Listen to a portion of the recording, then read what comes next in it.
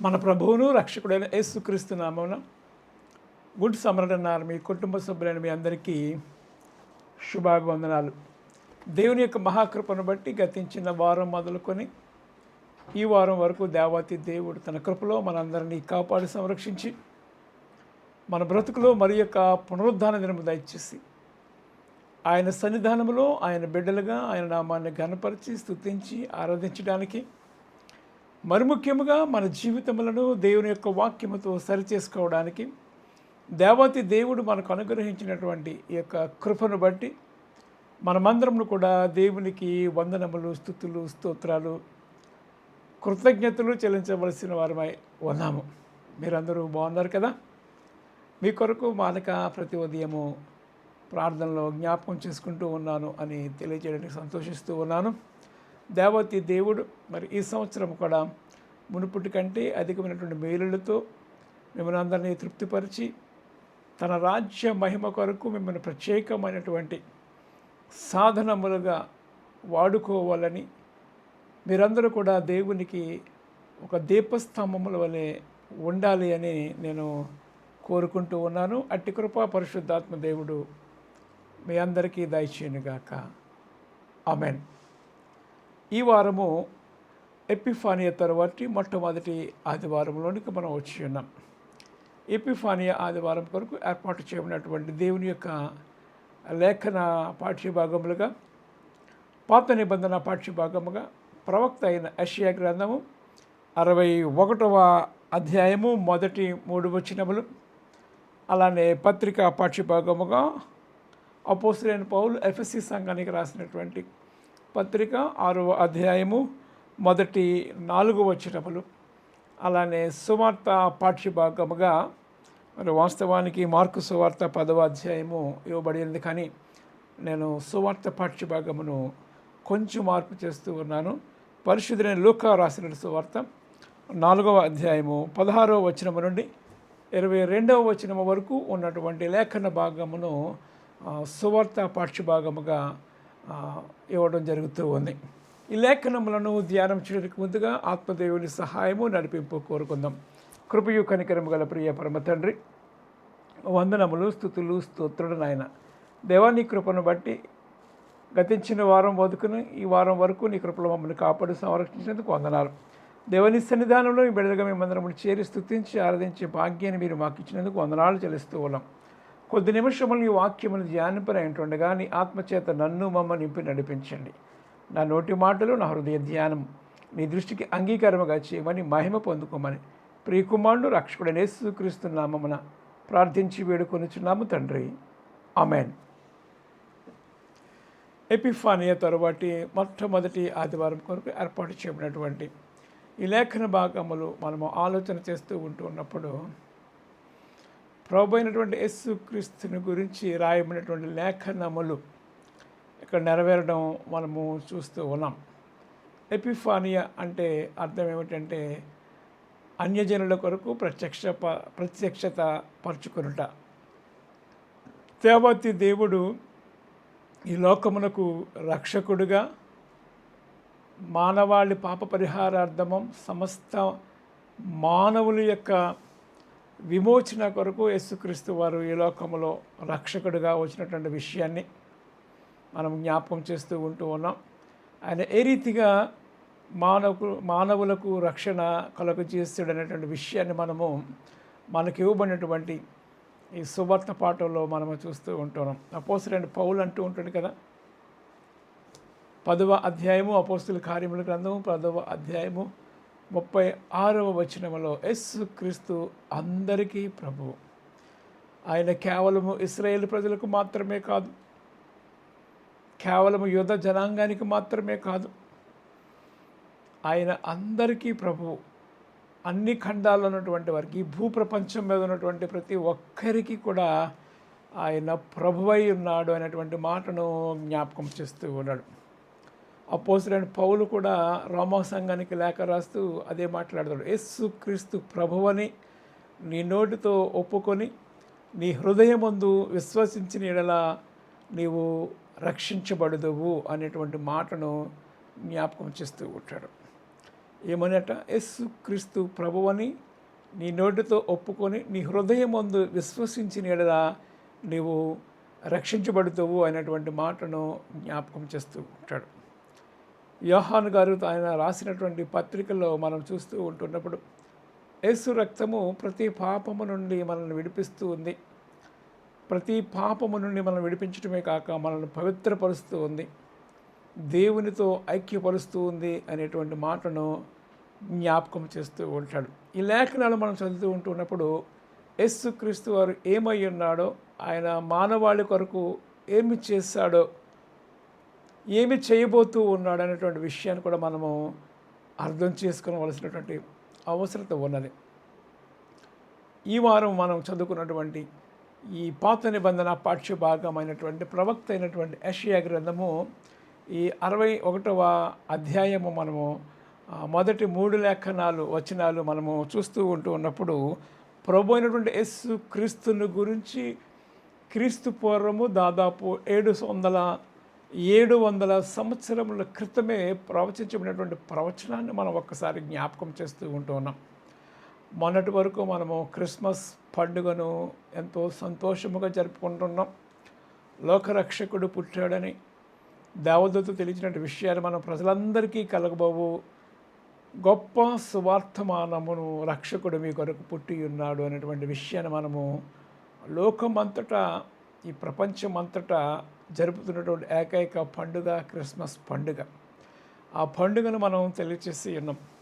ఆ పండుగ యొక్క సారాంశం ఏమిటి, రక్షణ ఎవరికి అవసరము, అసలు రక్షణ అంటే ఏమిటి అనే విషయాన్ని మనము ఆలోచన చేస్తూ ఉంటున్నప్పుడు ప్రవక్త అయినటువంటి యెషయా భక్తుడు యేసుక్రీస్తు వారి యొక్క రక్షణ కార్యమును ఆయన క్రీస్తు పూర్వము 700 సంవత్సరముల క్రితమే ఆయన చూసినట్లుగా మనము చూస్తూ ఉన్నాం. ప్రియమైన వారలారా, ఈ అధ్యాయం మొదటి 3 వచనాలు మనము చూస్తూ ఉంటున్నప్పుడు ఆయన రక్షణ కార్యాన్ని చూస్తూ ఉన్నాం. యెషయా గ్రంథం 53వ అధ్యాయాన్ని మనం చూస్తూ ఉంటున్నప్పుడు ఆయన యేసుక్రీస్తు వారి యొక్క సిలువ శ్రమలను కూడా ఆయన చూసేసాడు ప్రవక్త. ఇంకా ఆలోచన చేస్తూ ఉంటున్నప్పుడు ఆయన జనన మరణ పునరుద్ధానములన్నింటి కూడా ప్రవక్తలు చూసేశారు, ప్రవచించారు, అవన్నీ కూడా జరిగిపోయాయి. అయితే మరి ఒక్కసారి మనము యేసుక్రీస్తు వారు ఏమై ఉన్నాడు, ఏమి చేస్తాడనే విషయాన్ని మనం మరి ఒక్కసారి పునఃపరిశీలన చేసుకొని మన జీవితాలకు అన్వయించుకోవడానికి దేవాతి దేవుడు మరి ఒక్కసారి తన వాక్యము ద్వారా మనందరితో కూడా ఆయన మాట్లాడుచూ ఉన్నాడు అనే విషయాన్ని మనము గ్రహించవలసిన వారమై ఉన్నాము. ఏమంటూ ఉన్నాడు, ప్రభువు యెహోవా ఆత్మ నా మీదకు వచ్చినది, దీనులకు సువర్తమానము ప్రకటించుటకును, యెహోవా నన్ను అభిషేకించును, నలిగిన హృదయము గల వారందరినీ దృఢపరచుటకును, చెరలో ఉన్న వారికి విడుదలను, బంధింపబడిన వారికి విముక్తిని ప్రకటించుటకును, యెహోవా హితవత్సరమును మన దేవుని ప్రతిదండన దినమును ప్రకటించుటకును, దుఃఖాక్రాంతులందరినీ ఓదార్చుటకును, సీయోనులో నుండి దుఃఖించు వారికి ఉల్లాస వస్త్రములను ధరింపచేయుటకును, బూడిదకు ప్రతిగా పూదండను, దుఃఖమునకు ప్రతిగా ఆనంద తైలమును, భారభరితమైన ఆత్మకు ప్రతిగా స్తుతి వస్త్రమును వారికిచ్చుటకు ఆయన నన్ను పంపించి ఉన్నాడు. యెహోవా తన్ను మహిమపరుచుకున్నట్లు నీతి అను మస్తక వృక్షములనియు యెహోవా నాటిన చెట్లనియు వారికి పేర్లు పెట్టబడును. దేవుని నామమునకు మహిమ కలుగును కాక.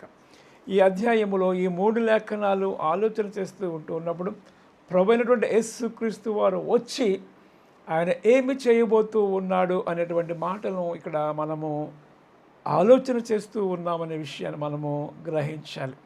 ఆయన వచ్చి ఏం చేస్తూ ఉంటాడట, ఏమి చేస్తూ ఉన్నాడని మాట్లాడుతున్నాడు. ప్రభువు యెహోవా ఆత్మ నా మీదకు వచ్చినది, ఎందుకట, దీనులకు సువర్తమానమును ప్రకటించడానికి, లోకములో ఉన్నటువంటి వారందరికీ రక్షణ సువార్తను ప్రకటించడానికి, చీకటిలో ఉన్నటువంటి జనులు గొప్ప వెలుగును చూచెదరు అనేటువంటి ప్రవచన నెరవేర్పును మనం యేసుక్రీస్తు వారి యొక్క జీవితంలో ఆయన సువార్త ప్రకటించినటువంటి 33.5 సంవత్సరాల కాలంలో 3.5 సంవత్సరాల కాలంలో ఆయన చేసినటువంటి మహోన్నతమైనటువంటి ఆశ్చర్య అద్భుతములు, స్వస్థతలు, సూచనలు, మరెన్నో కార్యాలు ఈ చూచుడు ద్వారా దేవుడు తండ్రినటువంటి దేవాంతి దేవుడు తన కుమారుడు యేసుక్రీస్తు ద్వారా ఆయన చేసినటువంటి కార్యములను మనం చూస్తూ ఉన్నాం.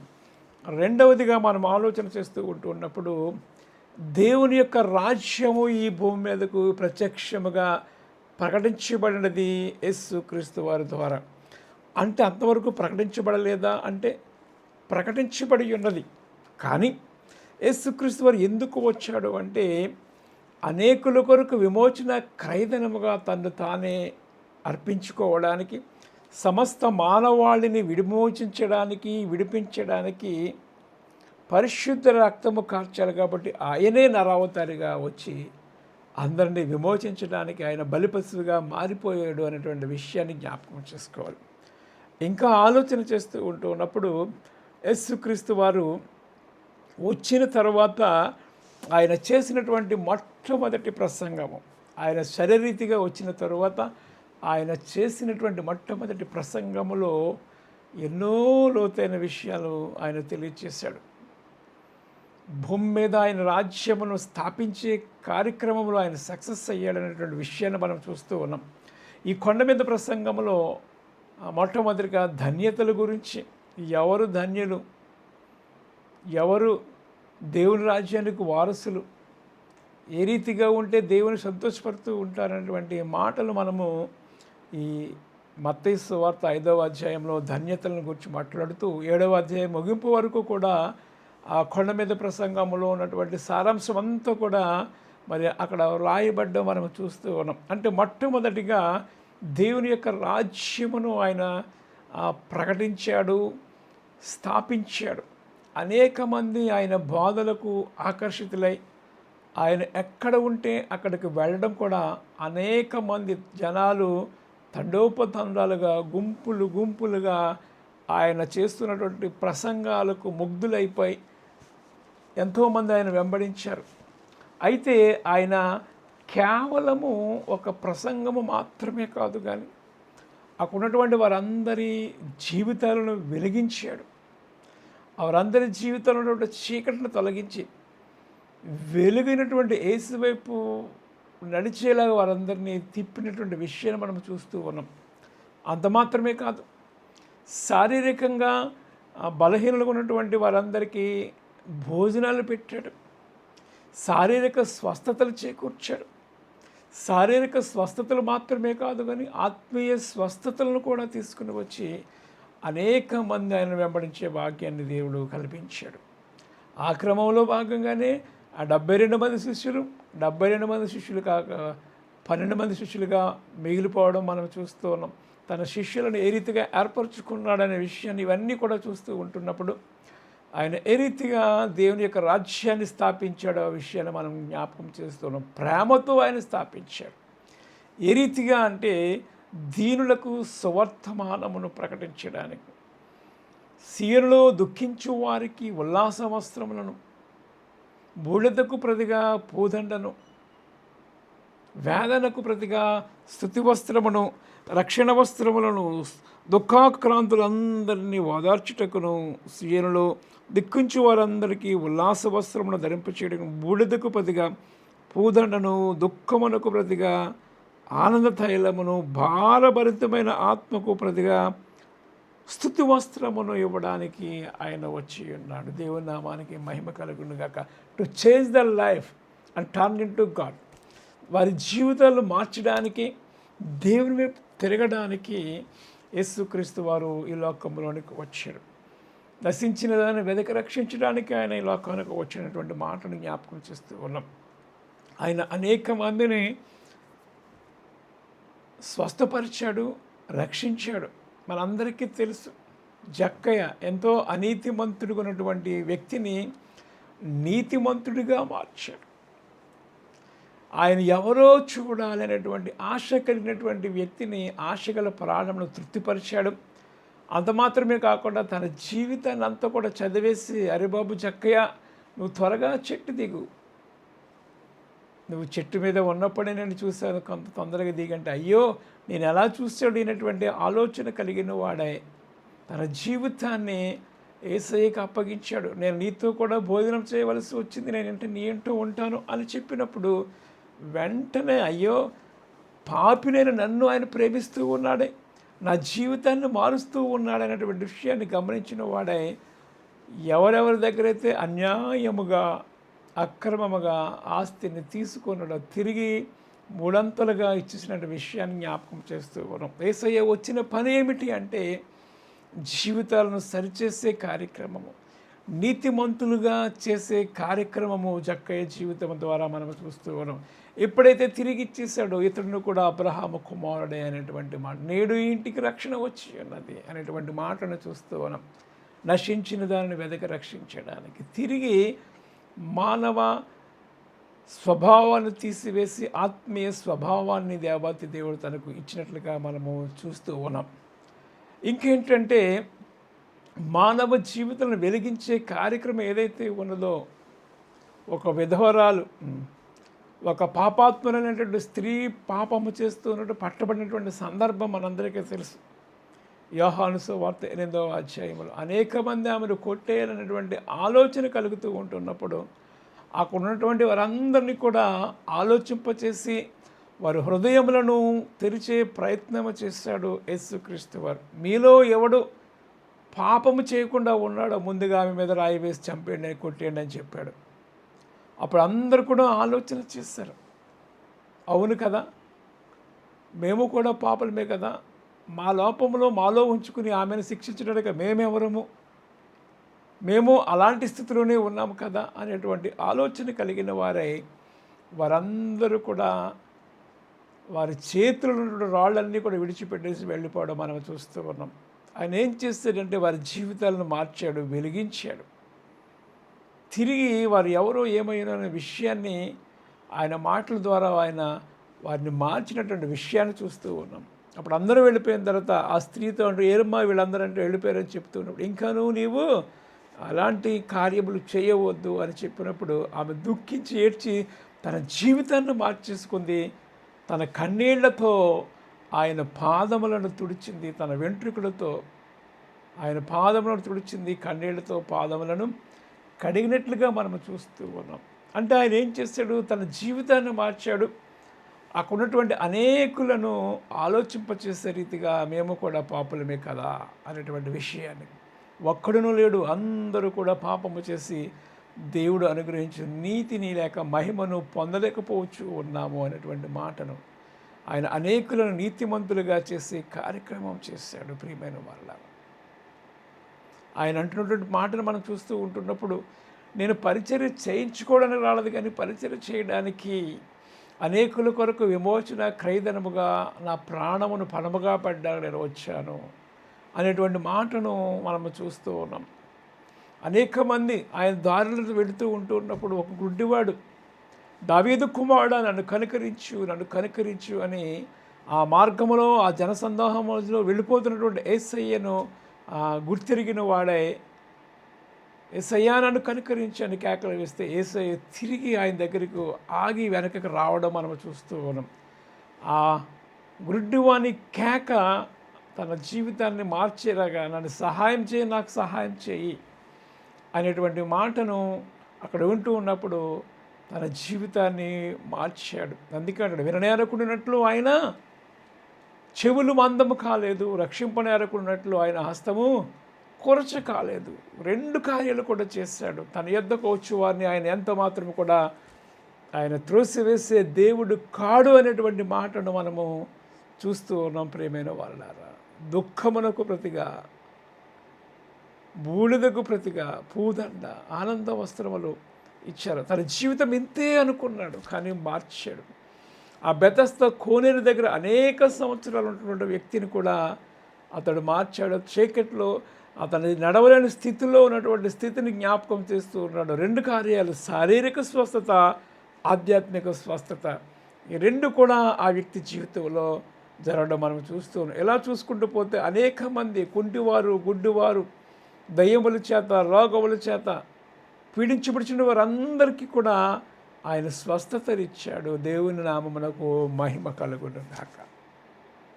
ఎవరైతే దేవుని పిల్లలుగా ఉంటారో వారు దేవుని కొరకు నాటబడిన ప్రత్యేకమైనటువంటి చెట్లు, నీతి వృక్షములు అనేటువంటి మాటను ఆయన జ్ఞాపకం చేస్తున్నారు. నీవు నేను కూడా నీతి వృక్షములుగా ఉండాలి, దేవుని కొరకు జీవించాలి అనేటువంటి వ్యక్తిగా ఆయన మనల్ని కోరుకుంటూ ఉన్నాడు. దేవుని నామమునకు మహిమ కలుగును కాక. యేసయ్య వచ్చిన కార్యములన్నీ నెరవేర్చాడు. ప్రియమైన వాళ్ళారా, ఆయన చేసినటువంటి ప్రసంగములన్నీ కూడా చూస్తుంటే మానవ జీవితానికి ఉపయోగకరంగా ఉన్నవి, కానీ ఒక్కటి కూడా మరి నిరుపయోగకరమైన ఒక్క మాట కూడా ఆయన మాట్లాడలేదు. మానవులను వెలిగించే ప్రయత్నం చేశాడు. మనుష్యులు మీ క్రియలను చూసి భూమి మీద ఉన్నటువంటి మీరందరూ కూడా మీ క్రియల ద్వారా నన్ను ఘనపరిచే వారికి మీరు జీవించండి. మనుష్యుడు దీపాన్ని వెలిగించి ఆ దీపం ఎక్కడ పెడుతూ ఉంటాడు, అందరికీ కనిపించాలి, దీపస్తంభం మీద పెడుతూ ఉంటాడు కదా. మీరు కూడా నాటబడిన చెట్ల వలె, దీపస్తంభముల వలె వెలగాలి, అనేకులకు వెలుగునివ్వాలి అనేటువంటి మాటను జ్ఞాపకం చేస్తాడు. ప్రియమైన వాళ్ళారా, ఈరోజు మనకి ఇవ్వబడినటువంటి సువార్త పాఠ్యభాగం ఏదైతే ఉన్నదో, పరిశుద్ధమైనటువంటి లూకాసు సువార్త 4వ అధ్యాయము, లూకాసు సువార్త 4వ అధ్యాయము మనం ఆలోచన చేస్తూ ఉంటున్నప్పుడు 16వ వచనం, 4:16లో ఉన్నటువంటి మాటను చూస్తూ ఉంటున్నప్పుడు, ఆయన పెరిగి పెద్దవాడైన తరువాత తాను పెరిగిన నజరేతునకు వచ్చెను. తన వాడుకు చెప్పిన ధర్మశాస్త్ర సంబంధమైనటువంటి తన వాడుకు చెప్పిన విశ్రాంతి దినములకు సమాజ మందిరంలోనికి వెళ్ళినప్పుడు చదువుటకై నిలువుచుండగా ప్రవక్త అయిన యెషయా గ్రంథం. ఇప్పుడు ఏ మాటలైతే మనం చదువుకున్నామో, దేవుని ఆత్మ నా మీదకు వచ్చినది, పేదలకు సువార్తమానం ప్రకటించుటకును, దుఃఖించు వారికి, ఇలాంటి మాటలు ఏవైతే మనం చదువుతున్నాం అవే మాటలు తిరిగి మరలా అదే మాటలు యేసుక్రీస్తు వారు చదవడానికి వచ్చినప్పుడు మనము చూస్తూ ఉన్నాం. What a coincidence! ఇది యేసుక్రీస్తు వారి జీవితంలో నెరవేరినట్లుగా మనము చూస్తూ ఉన్నాం. ప్రియమైన వాళ్ళారు, ఆయన అంటున్నటువంటి ప్రవక్త అయిన యెషయా గ్రంథమును ఆయన చేతికి ఇయ్యబడిను. ఆయన గ్రంథము విప్పగా, ఇదే ఎందుకు రావాలి, మరొకటి రావచ్చు కదా. ఆయన వచ్చిన ఉద్దేశము, ఈ లోకములోనికి ఎందుకు వచ్చాడో ఆ ఉద్దేశము నెరవేర్చడానికి ఈ లేఖనం ఆయన చేతికి ఇవ్వబడిన. దేవుని నామమునకు మహిమ కలుగును కాక. ప్రభువు ఆత్మ నా మీదకు వచ్చినది, బీదలకు సువార్త ప్రకటించుటకు ఆయన నన్ను అభిషేకించెను. చెరలోనున్న వారికి విడుదలను, గుడ్డి వారికి చూపును కలుగును ప్రకటించుటకును, నలిగిన వారికి విడిపించుటకును, ప్రభువుకు హితవత్సరమును ప్రకటించుటకును ఆయన నన్ను పంపినాడు. హితవత్సరము అక్కడ అదే మాట రాయబడింది, ఇక్కడ అదే మాట హితవత్సరము. జనులు హితబోధన సహించలేని స్థితిలో ఉన్నారు కాబట్టి తిరిగి మరలా వారి జీవితాలను పునరుద్ధరించుకోవడానికి, దేవుని వాక్యంతో వారు కట్టుకోవడానికి దేవాతి దేవుడు మరి ఒక్కసారి వారికి సువార్తను ప్రకటించాడు. హితవత్సరమును, రక్షణ వస్త్రమును, స్తుతి వస్త్రము, ఇవి మాత్రమే కాదు కానీ ఖండించే వస్త్రము. వార్నింగ్, మీరు మార్పు చెందకపోతే మీరు దేవుని రాజ్యములో చేరరు, మీకు ఎంతో భయంకరమైనటువంటి శిక్ష దండన ఉన్నది అనేటువంటి మాటను జ్ఞాపకం చేస్తూ ఉంటున్నాడు. ఆయన చెప్పినటువంటి ఆ పెళ్లి విందు ఉపమానములో రక్షణ వస్త్రం లేకుండా నీవు ఇక్కడికి ఎలా వచ్చారో బాబు, ఏది నీ రక్షణ వస్త్రం అంటే, తెల్లబోతూ ఉంటున్నప్పుడు గెట్ అవుట్, ఇక్కడి నుంచి వెళ్ళిపో, ఇక్కడ ఉండే అవకాశం లేదు నీకు అని చెప్పి తన శిష్యులతో చెప్పడం, చీకటి వెలుపలికి కట్టిపాడని చెప్పడం మనం చూస్తూ ఉన్నాం. అంటే ఎవరు దేవుని రాజ్యంలో చేరుతారో అంటే ఆయన అంగీకరించిన వారు మాత్రమే, ఆయన వెంబడించిన వారు మాత్రమే. విశ్వాసము ద్వారా ఆయన ఎవరైతే యేసే రక్షకుడు, నా కొరకు మరణించాడు, నా కొరకు దిగి వచ్చాడు, రెండవ మారు నా కొరకు రాబోతూ ఉన్నాడు అని ఎవరైతే నమ్మి విశ్వసిస్తూ ఉంటారో వారందరూ కూడా దేవుని యొక్క రాజ్యంలో ఉంటారు. దేవుని నామమునకు మహిమ కలుగును గాక. నేడు ఇంటికి రక్షణ వచ్చినది అనేటువంటి మాట ఇది చెప్పి ఉన్నాడు. నశించిన దాన్ని వెదకి రక్షించడానికి ఆయన వచ్చినటువంటి మాటను పౌలు మాట్లాడుతూ ఉన్నాడు.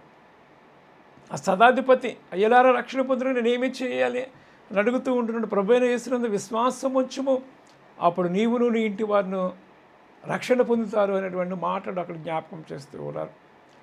ఆ లూదియా దేవుని యొక్క వాక్యం వింటూ ఉన్నప్పుడు ఆమె రక్షణ పొంది తన కుటుంబ సభ్యులందరూ కూడా రక్షణలోనికి వచ్చారు, బాప్తిస్మం తీసుకున్నారు. ఇవన్నీ జరుగుతూ ఉండాలి. అందుకే రాబోతున్నటువంటి దినాలలో ఉగ్రత రాబోతూ ఉంది. ఆ ఉగ్రత నుండి తప్పించబడాలి, దేవుని రాజ్యంలో చేరాలి అంటే ఒకే ఒక్క మార్గము ఉన్నది, యేసు చూపించినటువంటి మార్గము. నేనే సత్యము జీవమును మార్గములై ఉన్నాను, నా ద్వారా తప్ప మరొక మార్గము లేదు పరలోకం చేరడానికి అని చెప్పినటువంటి దేవాతి దేవుడు చూపించినటువంటి మార్గములో నీవు నడవకపోతే, అనేకులను నడిపించకపోతే వారికి ఉండదు, నీకు ఉండదు మోక్షము. కాబట్టి యేసుక్రీస్తు వారు ఆయన ఈ లోకంలోనికి వచ్చినటువంటి విషయాన్ని మనము జ్ఞాపకము చేస్తూ ఉన్నాం. ప్రియమైన వాళ్ళారా, ఆయన సువార్త ప్రకటించినప్పుడు అనేక మందికి చెప్పాడు, చెప్పండి, ప్రకటించండి, గుడ్డివారు చూపు పొందుతూ ఉన్నారు, కుండివారు నడుస్తూ ఉన్నారు, పేదలకు సువార్తమానం ప్రకటించబడుతుంది అనేటువంటి మాటను ఆయన చెప్పడం మనం చూస్తూ ఉన్నాం. ప్రియమైన వాళ్ళారా, యేసుక్రీస్తు వారి శిష్యులతో మాట్లాడుతున్నటువంటి విషయాలు మనం జ్ఞాపకం చేస్తూ ఉంటున్నప్పుడు ఇవే మాటలు మత్తయి సువార్త 11వ అధ్యాయము 4వ వచనం. మత్తయి సువార్త 11వ అధ్యాయము 4వ వచనాన్ని మనము చూస్తూ ఉంటున్నప్పుడు, మత్తయి సువార్త 11వ అధ్యాయము 4వ వచనంలో, యేసు వారిని చూచి, మీరు వెళ్ళి విన్న వాటిని కన్న వాటిని యోహానుకు తెలుపుడి. గుడ్డివారు చూపు పొందుచూ ఉన్నారు, కుంటివారు నడిచినట్లు కుష్ఠరోగులు శుద్ధులగుచున్నారని, చెవిటివారు వినుచున్నారని, చనిపోయిన వారు లేపబడుచు ఉన్నారని, పేదలకు సువర్తమానము ప్రకటించబడుచు ఉన్నదని చెప్పమనిచినటువంటి మాటను జ్ఞాపకం చేస్తూ పోయినాడు. అంటే ఆయన వచ్చినటువంటి విషయము నెరవేరిపోయింది. ప్రియమైన వారులారా, రక్షణ కార్యము జరిగిపోయింది. ఇంకా జరగాల్సినటువంటిది రెండవ రాకడ. ఈ రెండవ రాకడ అత్యంత సమీపముగా ఉన్నది. నేడు అనబడే సమయం ఉండగానే యేసును అంగీకరించి నిత్య రాజ్యములకు వారసుడిగా నిత్య రాకం నుండి తప్పించబడు. అట్టి కృప పరిశుద్ధాత్మదేవుడు సదా మనందరికీ దయచేయునుగాక. ఆమేన్. దేవా, నీ కొందనాలు చెల్లిస్తూ నీ కృపలో వర్ధిల్లింపచేయండి. బిడ్డలందరిపై నీ దీవెనాశీర్వాదాలు కృపను ప్రకటిస్తూ మహిమ పొందుకోమని, ఈ వారమంతటిపై నీ దీవెనాశీర్వాదాల కృపను ప్రకటిస్తూ మహిమ ఘనత కీర్తి ప్రభావాలు మీరు పొందుకోమని, బిడ్డలందరినీ నిత్యరాజ్యమునకు వారసులుగా చేయమని, నీ కృపలో వర్ధిల్లింపచేయమని ప్రియకుమారుడు రక్షకుడైన యేసుక్రీస్తు నామమున ప్రార్థించి వేడుకొనుచున్నాము తండ్రి. ఆమెన్. తండ్రి, కుమార, పరిశుద్ధాత్మ త్రియేక దేవుని దీవెన మీకు తోడైనగాక. ఆమెన్.